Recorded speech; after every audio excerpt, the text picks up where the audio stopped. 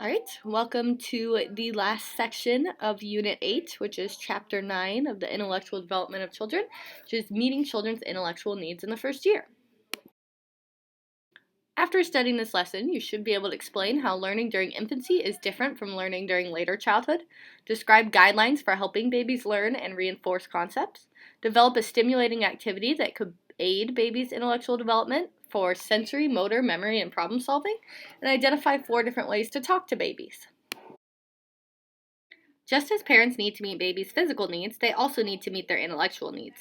Babies need an environment that offers them chances to learn. We call this an enriched environment.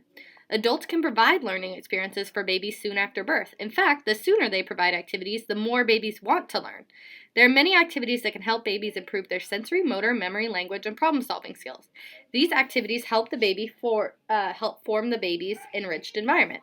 Remember, however, that babies learn at different rates. The rate of learning cannot be increased with lots of activities and toys.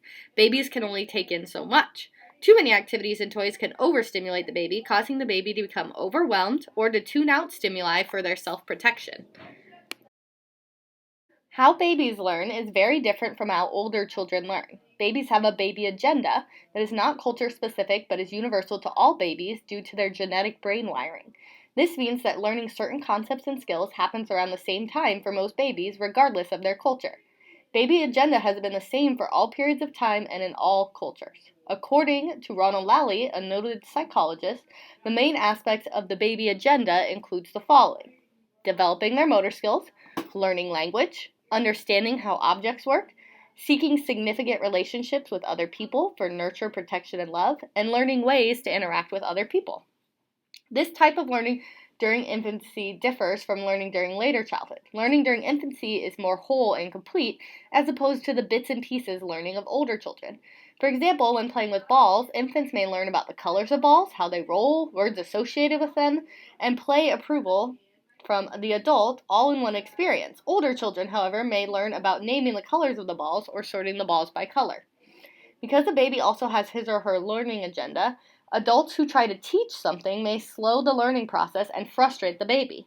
For example, an adult might hope a baby would use a color sorter to put all the red discs on one peg, but the baby's agenda might be to mouth them or to mix the discs of all colors over all the pegs. Parents and caregivers need to trust the baby's own agenda for learning as what's best for the baby. A skillful parent or teacher uses activities to meet the intellectual needs of babies during infancy. The following are some guidelines for helping babies learn and reinforce concepts. Let babies try activities on their own to help them learn to solve problems. Piaget thought that this was crucial for learning. Let the baby begin most activities and then expand them. For example, they may be patting a high chair tray. Expand it by patting a different sounding object or by patting the tray harder, softer, faster, or slower than the infant. Watch for signs of the baby's interest in certain experiences. To check for interest, show the baby how to use a toy and then give him or her a turn. Repeat several times. If there is little or no interest, the toy or game is probably too advanced for the baby. Try again in a few days or weeks. Parents who match a toy or game with their child's abilities and interests are then working in their child's zone of proximal development, which is good. Repeat games many times. Using games over many months helps the baby retain the skills that they learn by playing each game. Weave words and songs and games into your daily routine, such as feeding, bathing, and diapering. Adults do not need to have a set schedule of daily games. The number and types of games are not as important as the warmth and caring that adults show for babies. Most of the stimulation for newborns comes from being near parents and other caregivers. Newborns are fascinated at seeing faces, hearing sounds, and feeling warmed and loved when cuddled. Warm and expressive talk stimulates newborns. Newborns love to hear singing and other soothing sounds, such as a wind chime, music box, or soft music. Newborns enjoy looking at objects with certain features. Because their distance vision is limited, they often cannot see mobiles hung above their beds. Newborns can see, however, objects attached near or in the corners of their beds as they tilt their heads back and turn their heads left and right. Changing objects frequently or rotating them prevents newborns from getting bored. Well into infancy, babies see rotated objects as new. Since grasping objects during the newborn stage is a reflex, objects should be securely fastened, non-toxic, and too large for them to swallow, so not too small. Sensory stimulation involves using the senses to learn about the environment. According to Piaget, babies use their senses as a major way of learning. Babies use their senses to explore objects and discover how objects operate. For the baby to develop fully, all 5 senses, sight, hearing, touch, taste, and smell, must be stimulated. One example of a sensory stimulation activity is to let the baby touch a number of safe objects around the room or outdoors. For example, letting the baby touch the bark of a tree helps improve their sensory development. Placing a mobile on the baby's crib or player also provides sensory stimulation. Motor activities are also important because movement is important for babies. As they explore, motor activity helps their coordination and their intellectual development. Coordination is the working together of muscles to form movements, such as walking. Although motor nerves are not fully developed for 4 or 5 years, coordination improves quickly after birth. If babies are free to move, they engage in many motor activities on their own. Babies do, however, need some encouragement from caregivers. Infants use their large muscles as they perform gross motor skills such as rolling over, sitting, crawling, standing, and walking. An example of an activity that encourages gross motor skills is crawling in and out of boxes or cartons. Coordination in the small muscles, especially those in the fingers and hands, is evident in the use of fine motor skills. Playing with blocks is a fine motor skill that requires coordination of the small muscles. What types of games or toys do you think stimulate all 5 senses in newborns? Well, what are the visual preferences of newborns? First of all, they like bold black and white patterns, and they prefer horizontal and diagonal designs to vertical ones. Babies like spiral patterns and concentric circles more than solid colored circles. Newborns like fabrics that have simple designs and high contrast with the background. Newborns also like objects that flutter with the breeze or move with the crib's strollers or car seats movement. They also enjoy circular objects like balls, rings, and hoops. And then their favorite visual preference is the face. They enjoy seeing people, especially their parents, and even their own reflection in a baby mirror. They also like to see dolls or toy animals with painted or embroidered faces. So when you are designing your toy, make sure you think about these things. Other types of activities to stimulate babies include memory, problem solving, and language. As you read earlier, babies' explicit and implicit memories are rapidly developing. Even a newborn will recognize his or her mother's voice. The following are suggestions for how you can aid your baby's memory. Have consistent routines so babies remember and anticipate activities happening. Keep toys in the same place because babies watch as parents get them.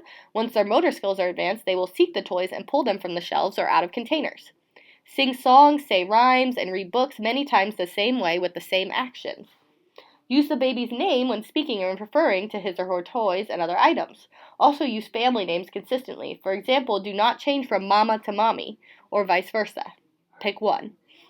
Engage in turn-taking conversations to help the baby remember the back and forth patterns of conversations. Make associations between words and objects and between short phrases and sentences with actions. Using gazing and pointing gestures to connect words with people and objects, and some safe and appropriate actions to give meaning to the action words really helps. Create a photo album of the baby's activities and show it often. Children will not recognize themselves until the toddler years, but they will recognize their toys. Give the baby a toy such as a rattle or pull-apart toy. Once he or she learns the skill, take the toy away for a couple days and then reintroduce the toy. Note whether the skill is learned more quickly the second time. Then repeat. Make sure the baby gets enough sleep to retain and consolidate, or combine, their memories. For problem-solving activities, as they use their senses to observe their world, they try to make sense of what they see, they smell, they hear, they touch, and taste. If they have an enriched environment, babies learn how their world works as they explore. Because babies learn in a holistic way, so a whole sort of way, they make connections with objects in their environment and larger concepts. They will often problem-solve during play, but this problem-solving goes unnoticed by adults. The following are some examples of the hidden problem-solving of infants. Putting an object on a shelf or trying to crawl behind a couch. This is them using spatial relationship problem-solving. Placing a toy in front of, behind, to the side, or top of another object or container. Again, spatial relationships. Knocking over a block tower and throwing toys while sitting in a high chair, crib, or play yard. This, they are developing physical knowledge of gravity. Putting like items together, such as farm animals, cars, or certain blocks, in a container. This, they are using categorization. Dropping an object, which is physical knowledge of gravity, cause, and effect. What happened to an object on impact, including the sound. Looking at an object on the floor from different perspectives. With this, they're developing object constancy. And then playing peekaboo, they're developing object permanence. Lastly, with language activities, babies learn language by hearing people talk. Adults can talk about foods, toys, people, and routines that are part of the baby's world. Exact words are not as important to the baby as hearing language. How should adults talk to baby? Okay. Use complete short sentences. Remember that the last word is the one that they will note the most, such as see the ball. They'll hear ball the most. Use nouns more than pronouns. For example, refer to yourself by name rather than I. Use lots of adjectives to describe nouns, like red ball or shiny red ball. Model language by using gestures to give meaning to words, such as pointing to an object being named or described. Expand single words an infant uses. For example, if the infant says daddy, respond by saying, yes, daddy has come home. Ask questions, although the baby cannot respond at first. Describe the baby's feelings, although the babies will not yet understand, such as Kelly fell. Kelly is crying because falling hurts. Talk during routine care. For example, while you're dressing your baby, you could say, Mommy is putting on Jack's green shirt. Does Jack like green? Although it doesn't matter exactly which words you use, words should be pronounced correctly. Changing pitch or singing also varies the sound and adds interest. Adults can encourage infants to talk, such as asking a question and then pausing before continuing to talk to the baby. Often the infant will babble their response. Reading to infants daily exposes them to new words and ideas. Even babies who cannot comprehend the words benefit from having books, magazines, newspapers read to them. Time spent reading and hearing words is important at all ages. Language games can be worked into daily routines and can provide a special time for sharing for babies and adults. Perhaps one of the earliest language action games infants enjoy is the game of patty cake. All right, guys, that is the end of this section. Thank you for listening.